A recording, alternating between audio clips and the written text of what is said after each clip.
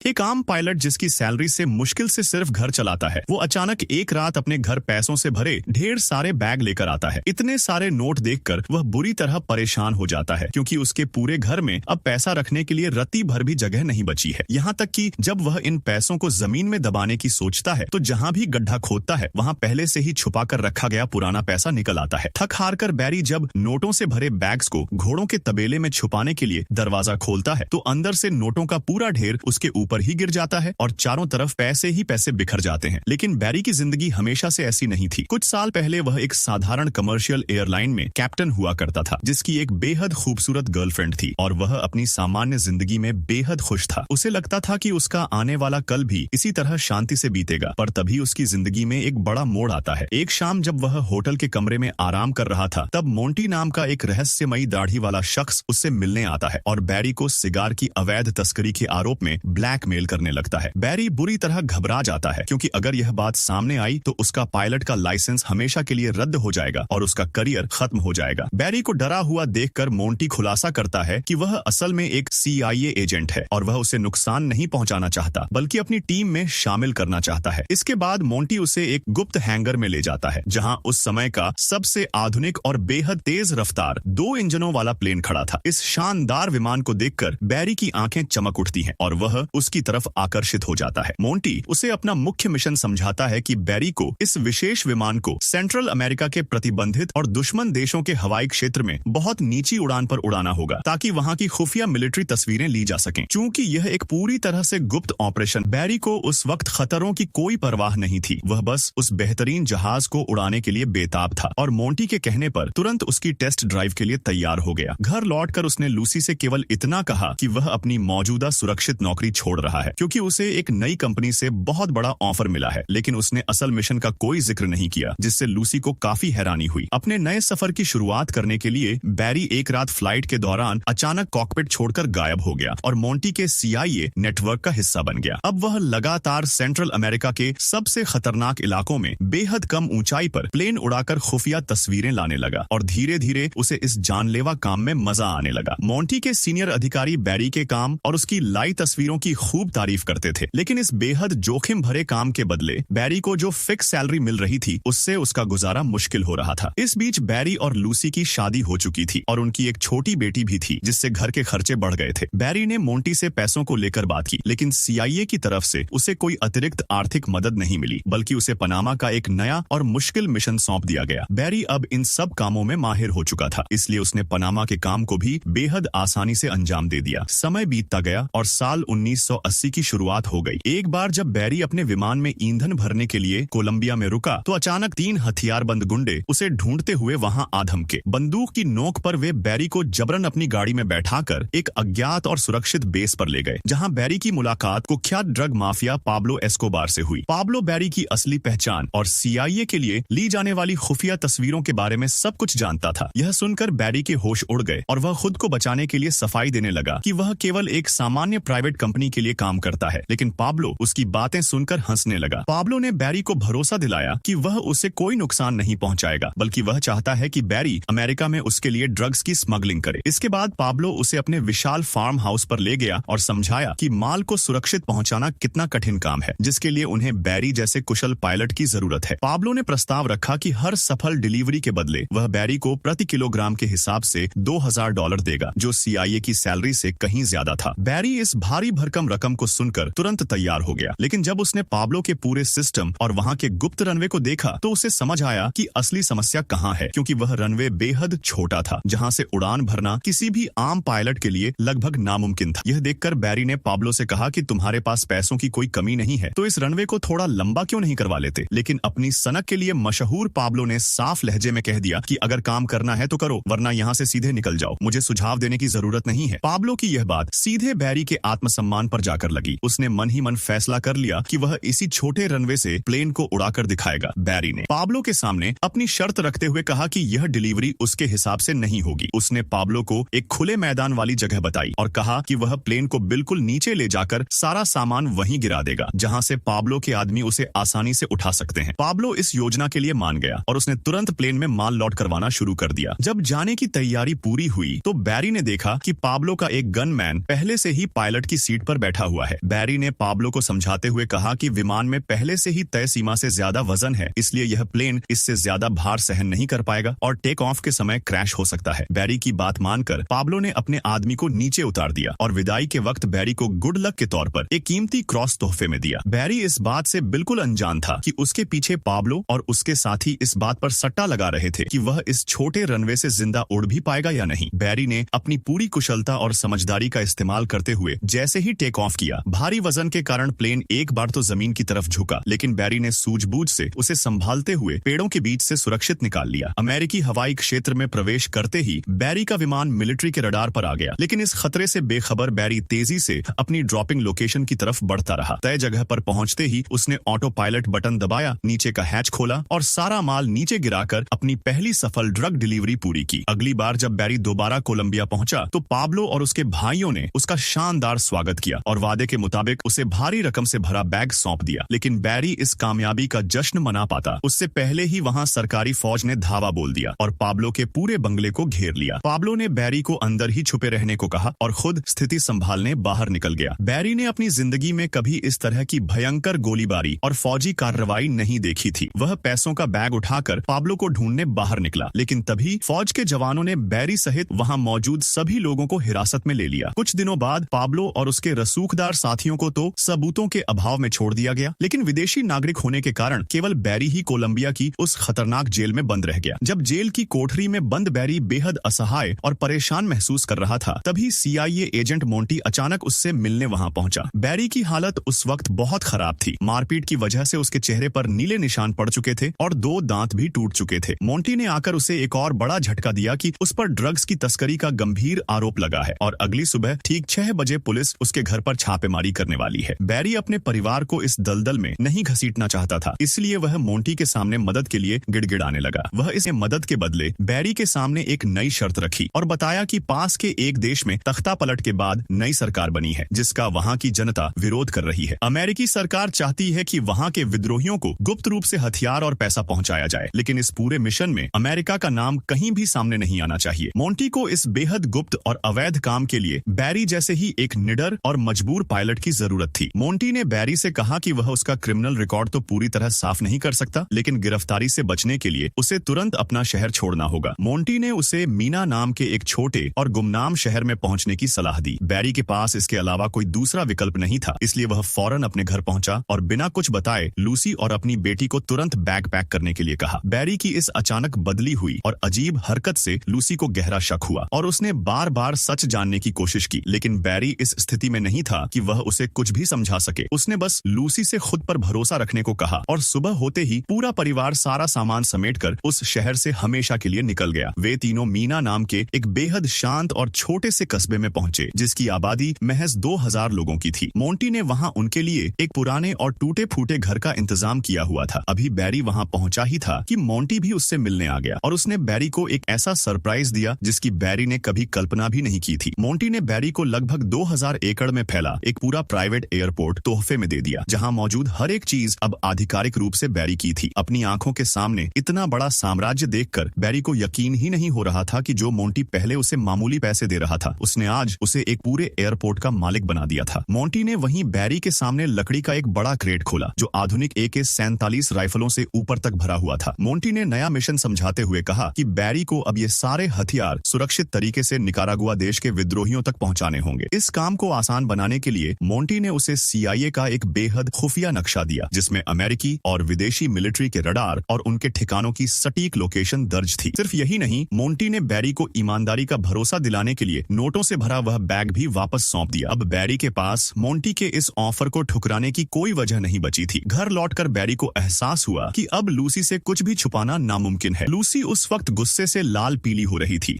इस नए और टूटे फूटे घर में न तो टीवी था और न ही कपड़े धोने के लिए वॉशिंग मशीन। लूसी बैरी ने बिना कुछ बोले नोटों से ठसाठस भरा वह बड़ा बैग लूसी के सामने खोल दिया। उसने मुस्कुराते हुए कहा कि इस पैसे से एक नहीं बल्कि सैकड़ों वॉशिंग मशीनें आ जाएंगी। जिसके बाद लूसी का सारा गुस्सा गायब हो गया और वह एकदम शांत हो गई। साल 1981 की शुरुआत के साथ ही बैरी ने CIA के लिए हथियारों की तस्करी का काम बड़े पैमाने पर शुरू कर दिया। निकारागुआ के जंगलों में उतरा तो उसे लगा कि वहां के विद्रोही उसका किसी हीरो की तरह स्वागत करेंगे, लेकिन हकीकत इसके बिल्कुल उलट निकली। उन्हें आते ही बैरी बैरी को घेर लिया और जबरन उसका कीमती चश्मा और जूते तक छीन लिए। इस बदसलूकी से बैरी का पारा चढ़ गया और उसने तुरंत मीना लौटकर मोंटी को फोन लगाया। मोंटी ने उसकी शिकायत को अनसुना करते हुए ठंडे लहजे में कहा कि बैरी का काम सिर्फ हथियार सही वक्त पर तय जगह पहुंचाना है, विद्रोही उन्हें चलाना सीखें या न सीखें, इससे सीआईए को कोई सरोकार नहीं है। लाचार होकर बैरी को दोबारा डिलीवरी के लिए जाना पड़ा, लेकिन इस बार वह अपने बचाव के लिए प्लेन में एक बेसबॉल बैट साथ लेकर गया था कि अगर किसी ने दोबारा बदतमीजी की तो वह उसका सिर फोड़ देगा। बैरी की हैरानी का ठिकाना तब नहीं रहा जब उसी निकारागुआ के गुप्त ठिकाने पर पाब्लो एस्कोबार और उसके भाई भी अचानक पहुंच गए। वे वहां बैरी से लड़ने नहीं आए थे, बल्कि उन्होंने हंसते हुए एक बड़े राज से पर्दा उठाया कि यह विद्रोही आंदोलन असल में पाब्लो ने ही खड़ा किया है ताकि वे अमेरिका से मुफ्त में आधुनिक हथियार और पैसा ऐंठ सकें। अब पाब्लो ने बैरी के सामने एक और बम्पर ऑफर रखा। चूंकि बैरी के पास मोंटी का दिया हुआ सीआईए का वह जादुई नक्शा था जिससे अमेरिकी रडार से बचना बेहद आसान था, इसलिए पाब्लो चाहता था कि बैरी हथियारों की डिलीवरी के बाद वापसी में कोलंबिया से ड्रग्स लोड करे और उसे सुरक्षित अमेरिका पहुंचाए। पकड़े जाने का खतरा न के बराबर था और मुनाफा करोड़ों में, इसलिए बैरी ने इस काम के लिए तुरंत हामी भर दी। काम के बढ़ते दबाव को संभालने के लिए बैरी ने 4 और शातिर पायलट्स को अपनी टीम में नौकरी पर रख लिया ताकि कम समय में ज्यादा से ज्यादा चक्कर लगाए जा सकें। बैरी की इस कामयाबी को देखकर सीआईए ने अपने ऑपरेशन का दायरा और बढ़ा दिया। अब वे सिर्फ हथियारों की सप्लाई से संतुष्ट नहीं थे। मोंटी ने बैरी को आदेश दिया कि वह निकारागुआ के विद्रोहियों को प्लेन में भरकर अमेरिका लाए ताकि उन्हें यहाँ तख्ता पलट करने के लिए मिलिट्री ट्रेनिंग दी जा सके। जब बैरी ने पूछा कि वह इतने सारे लोगों को ट्रेनिंग के लिए कहाँ उतारे तो मोंटी ने हंसते हुए याद दिलाया कि उसने बैरी को जो 2000 एकड़ का विशाल एयरपोर्ट तोहफे में दिया है वह किस दिन काम आएगा। बैरी के लिए यह सौदा भी घाटे का नहीं था। निकारागुआ के वे गरीब विद्रोही अपने देश की भुखमरी और युद्ध से तंग आ चुके थे, इसलिए जैसे ही बैरी का प्लेन उन्हें लेकर अमेरिका की सरजमीन पर लैंड करता वे ट्रेनिंग कैंप से भागकर अमेरिकी शहरों में छुप जाते थे और वापस अपने देश जाने से साफ मना कर देते थे। बैरी को इन सब राजनीतिक बातों से कोई फर्क नहीं पड़ता था क्योंकि उसका ध्यान सिर्फ अपनी कमाई पर था। लेकिन जल्द ही उसके सामने एक ऐसी अजीब मुसीबत खड़ी हो गई जो दुनिया के सबसे अमीर लोगों को ही आती है। बैरी के पास इतना अंधा पैसा आ चुका था कि वह उसे वैध तरीके से बैंक खातों में जमा नहीं कर सकता था क्योंकि इतनी बड़ी रकम देखकर सरकारी एजेंसियां तुरंत जांच शुरू कर देती। उसने अमीरी का जलवा दिखाने के लिए मीना शहर के हर एक नागरिक को पूरे साल की बेसबॉल मैच की टिकटें मुफ्त में बांट दी। उसने लूसी के लिए चमचमाती हुई नई कार खरीदी और अपने पुराने घर को एक आलीशान महल में तब्दील कर दिया। लेकिन दिक्कत यह थी कि वह जितना खर्च करता पाब्लो और मोंटी की तरफ से उससे दोगुना कैश उसके पास वापस आ जाता। इस काले धन को सफेद करने और छुपाने के लिए बैरी ने शहर में दर्जनों फर्जी कंपनियां खोल दी और मीना कस्बे के बेरोजगार लोगों को बिना किसी काम के ही मोटी तनख्वाह पर रख लिया। हालात ऐसे हो गए थे कि उसके घर की अलमारियां, सूटकेस और दीवारें नोटों से ठसाट्स भर चुकी थीं। और भी इस कहानी में लूसी के आवारा और नालायक भाई जेबी की एंट्री होती है। जेबी बिना बताए उनसे मिलने पहुंचा और उसी अपने भाई की फितरत अच्छे से जानती थी। उसने बैरी से साफ कह दिया कि जेबी यहाँ बैठकर मुफ्त की रोटियां नहीं तोड़ेगा, बल्कि बैरी को उसे अपनी कंपनी में कोई न कोई नौकरी देनी ही पड़ेगी। लूसी की जिद के आगे बैरी को झुकना पड़ा और वह जेबी को अपने प्राइवेट एयरपोर्ट के हैंगर पर ले गया, जहां उसने जेबी को प्लेन की साफ सफाई के काम पर लगा दिया। देखते ही देखते लगभग 2 साल का वक्त बीत गया और आखिरकार अमेरिकी सरकार की सबसे बड़ी ड्रग विरोधी एजेंसी DEA की नजर बैरी की संदिग्ध उड़ानों पर पड़ गई। बैरी को रंगे हाथों दबोचने के लिए DEA ने आसमान में एक चक्रव्यूह रचा, लेकिन बैरी जहाजों की तकनीकी बारीकियों और उनकी कमजोरियों का उस्ताद था। वह अच्छी तरह जानता था कि सरकारी एजेंसियों के जेट प्लेन रफ्तार में तो तेज हैं, लेकिन उनकी ईंधन क्षमता यानी रेंज बेहद कम होती है। बैरी ने चालाकी दिखाई और पूरी रात अंतर्राष्ट्रीय समुद्री सीमा के ऊपर अपने प्लेन को गोल गोल घुमाता रहा। नतीजा यह हुआ कि कुछ ही घंटों में DEA के जहाजों का फ्यूल खत्म हो गया और उन्हें मजबूरन वापस लौटना पड़ा। लेकिन बैरी की मुश्किलें अब कम होने के बजाय दोगुनी होने वाली थीं, क्योंकि अब DEA के साथ साथ फेडरल ब्यूरो यानी FBI ने भी बैरी की कुंडली खंगालनी शुरू कर दी थी। जल्द ही FBI के टॉप एजेंट्स इस रहस्य की जांच करने मीना शहर पहुंचे। वहां कदम रखते ही एजेंटों के होश उड़ गए। महज 2000 की आबादी वाले उस छोटे से कस्बे में जगह जगह आलीशान बैंक खुल चुके थे और सड़कों पर एक से बढ़कर एक महंगी स्पोर्ट्स गाड़ियां दौड़ रही थीं। इसी बीच एक और डिलीवरी मिशन के दौरान बैरी की किस्मत ने दगा दे दिया और वह बॉर्डर पेट्रोलिंग टीम की नजरों में आ गया। DEA को चकमा देने की बैरी की पुरानी तरकीब को ध्यान में रखते हुए इस बार बॉर्डर पेट्रोल वालों ने कोई डील नहीं बरती और बैरी के विमान का पीछा करने के लिए एक साथ 2 एडवांस इंटरसेप्टर प्लेन लगा। ने एक बेहद खतरनाक और आत्मघाती कदम उठाया। उसने गुस्से और हड़बड़ाहट में अपने प्लेन का रुख नीचे की तरफ किया और सीधे एक चलते हुए पब्लिक हाईवे पर विमान को लैंड करवा दिया। प्लेन रुकते ही बैरी ने बिना वक्त गंवाए कॉकपिट का दरवाजा खोला, सड़क पर खेल रहे बच्चों की तरफ डॉलर के नोटों की गड्डी फेंकी, झटके से उनकी साइकिल छीनी और पुलिस के पहुंचने से पहले ही वहां से रफू चक्कर हो गया। अभी बैरी इस भयंकर मुसीबत से उबरकर ठीक से सांस भी नहीं ले पाया था कि तभी कोलंबिया से पाब्लो एस्कोबार का पैनिक कॉल आ गया। अमेरिकी खुफिया एजेंसियां अब पाब्लो के साम्राज्य को नेस्तनाबूद करने के लिए उसके पीछे हाथ धोकर पड़ चुकी थीं, जिसके कारण पाब्लो के लिए कोलंबिया में सुरक्षित रहना मुमकिन नहीं रह गया था। वह अपनी जान बचाकर निकारागुआ के गुप्त अड्डों में छिप गया था और उसने बैरी को तुरंत वहां पहुंचने का हुक्म दिया। ने बैरी के गुप्त ठिकाने से नोटों से लबालब भरा एक सूटकेस उठाया और अपनी नई कार में बैठकर मौज मस्ती करने निकल गया। वह पैसों के नशे में चूर होकर एक आलीशान रेस्टोरेंट में घुसा, लेकिन अंदर का नजारा देखते ही उसके पैर ठिठक गए। वहां पहले से ही कुछ लोकल पुलिस वाले खाना खा रहे थे। पुलिस को देखते ही जेबी घबरा गया और अजीब हरकतें करते हुए उल्टे पांव भागने लगा। उसकी इस संदिग्ध हरकत को देखकर पुलिस वालों को शक हुआ। उन्होंने पीछा करके जेबी को दबोच लिया और जब उसका सूटकेस खोला तो उसमें लाखों डॉलर का अवैध कैश बरामद हुआ। उधर निकारागुआ में बैरी और पाब्लो की गंभीर मीटिंग चल रही थी। तभी लूसी का फोन आया और उसने जेबी की गिरफ्तारी की खबर बैरी को दी। खबर सुनते ही बैरी के पैरों तले जमीन खिसक गई और वह तुरंत मीना वापस भागा। उसने जेबी को जेल से बाहर निकालने के लिए शहर के सबसे महंगे और रसूखदार वकीलों की फौज खड़ी कर दी। जैसे ही जेबी कानूनी औपचारिकताएं पूरी कर स्टेशन से बाहर अपनी गाड़ी में बैठाया, बैरी ने जेबी के हाथ में एक सीक्रेट पैकेज थमाया, जिसमें उसकी पूरी जिंदगी ऐशो आराम से गुजारने के लिए लाखों डॉलर, एक फर्जी पासपोर्ट और देश से बाहर भागने की हवाई टिकटें थीं। बैरी चिल्लाया कि वह इसी वक्त यह देश छोड़कर हमेशा के लिए गायब हो जाए, लेकिन जेबी को लगा कि बैरी अपनी दौलत बचाने के लिए उसे जबरदस्ती भगा रहा है। गुस्से और लालच में अंधे होकर जेबी ने बैरी को सीधे ब्लैकमेल करते हुए कहा, अगर हर महीने मेरे ठिकाने पर मोटी रकम नहीं पहुंची तो मैं पुलिस के सामने मुंह खोल दूंगा। तुरंत अपनी कार स्टार्ट की और तेजी से एक्सीलेटर दबाकर वहां से भागने लगा। बैरी उसके पीछे चिल्लाते हुए भाग रहा था, रुक साले, आज मैं तुझे बताता हूँ। लेकिन जैसे ही जेबी की कार कुछ ही मीटर आगे बढ़ी, अचानक एक जोरदार और भयानक बम धमाका हुआ। पाब्लो के शूटरों ने जेबी की गाड़ी में RDX लगा दिया था। धमाका इतना जबरदस्त था कि कार के परखच्चे उड़ गए। जेबी मौके पर ही मारा गया। जेबी की जलती हुई कार को अपनी गाड़ी से बांधा और उसे घसीटते हुए शहर से दूर घने जंगलों में ले जाकर लावारिस छोड़ दिया। दूसरी तरफ वॉशिंगटन में बैठी CIA के हेडक्वार्टर में खलबली मची हुई थी। खुफिया सैटेलाइट्स और ग्राउंड रिपोर्ट से उन्हें पता चल चुका था कि जो अत्याधुनिक अमेरिकी हथियार वे निकारागुआ के विद्रोहियों को सरकार का तख्ता पलट करने के लिए भेज रहे थे, वे विद्रोही उन हथियारों को सीधे कुख्यात ड्रग ट्रैफिकर्स और पाब्लो के गुंडों को ऊंचे दामों में बेच रहे थे। इसके अलावा जिन निकारागुआ के लड़ाकों को बैरी मीना शहर में ट्रेनिंग के लिए लेकर आया था, उनमें से अधिकांश अमेरिकी सुख सुविधाएं देखकर गायब हो गए और मुट्ठी भर लोग ही वापस अपने देश लड़ने पहुंचे। CIA के आला अधिकारियों को आखिरकार यह समझ आ गया था कि इन विद्रोहियों पर भरोसा करना और उन्हें अमेरिका बुलाकर मिलिट्री ट्रेनिंग देना उनकी सबसे बड़ी और बेवकूफाना भूल थी। अपनी साख बचते देख CIA ने मोंटी को तुरंत इस पूरे सीक्रेट मिशन को हमेशा के लिए रद्द कंसल करने का आदेश दे दिया। जब शहर के प्राइवेट एयरपोर्ट पर बैरी खतरे को भांप चुका था, उसने बिना एक पल गंवाए अपने चारों साथी पायलटों और पूरी टीम को सारा कीमती सामान समेटने और देश छोड़कर भागने की तैयारी करने को कहा। लेकिन वे लोग प्लेन का इंजन स्टार्ट कर पाते उससे पहले ही आसमान और जमीन से काल बनकर सरकारी एजेंसियां वहां आ धमकी। देखते ही देखते पूरे रनवे को DEA,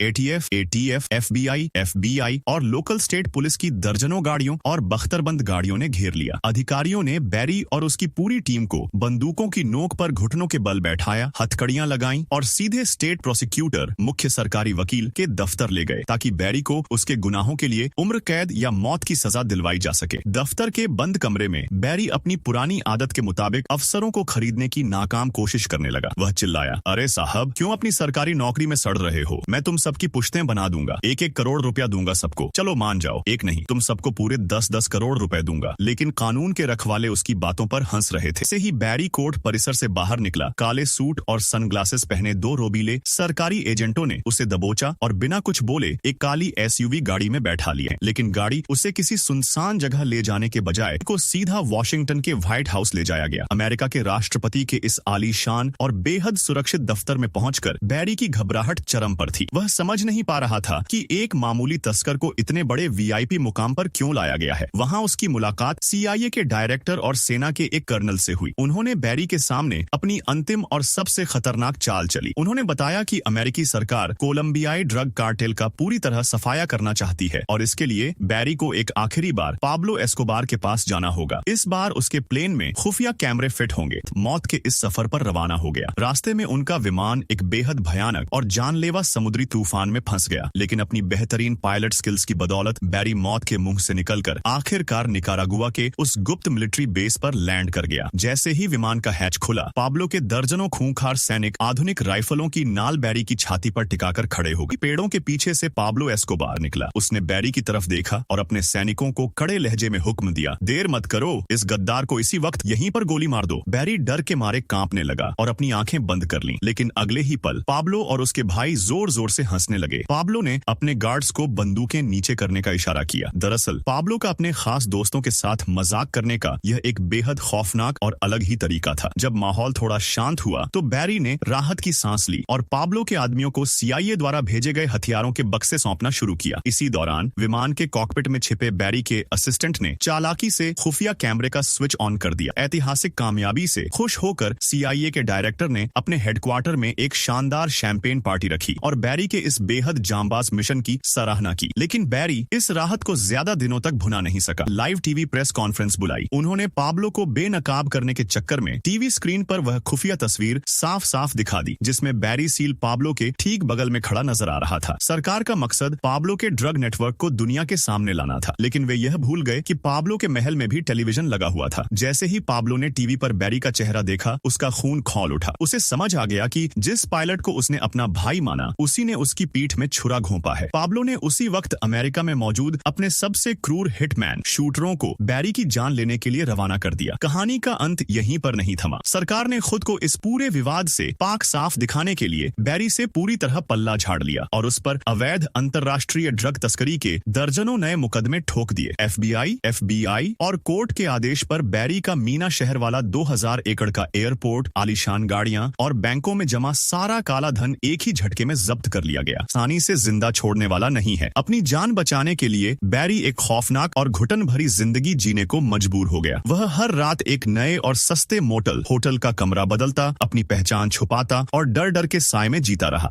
लेकिन एक शाम किस्मत ने उसका साथ छोड़ दिया। पाब्लो के एक शूटर ने उसकी खिड़की के पास आकर अपनी ऑटोमेटिक गन से अंधाधुंध गोलियां बरसा दी। बैरी का पूरा जिस्म गोलियों से छलनी हो चुका था और उसने कार के स्टीयरिंग व्हील पर ही दम तोड़ दिया। इस तरह एक आम पायलट से CIA एजेंट और फिर दुनिया के सबसे बड़े ड्रग सिंडिकेट का बादशाह बनने वाले बैरी सील की कहानी का बेहद दर्दनाक अंत हुआ। दोस्तों, बैरी ने जिस तरह पैसे और रोमांच के लालच में आकर कानून, देश और अपने परिवार की जान को दांव पर लगाया और आखिर में सरकार ने भी उसके साथ जो विश्वासघात किया, उसे देखते हुए आपके हिसाब से बैरी सील के साथ जो कुछ भी हुआ वह सही था या गलत? कमेंट्स में अपनी राय जरूर बताना।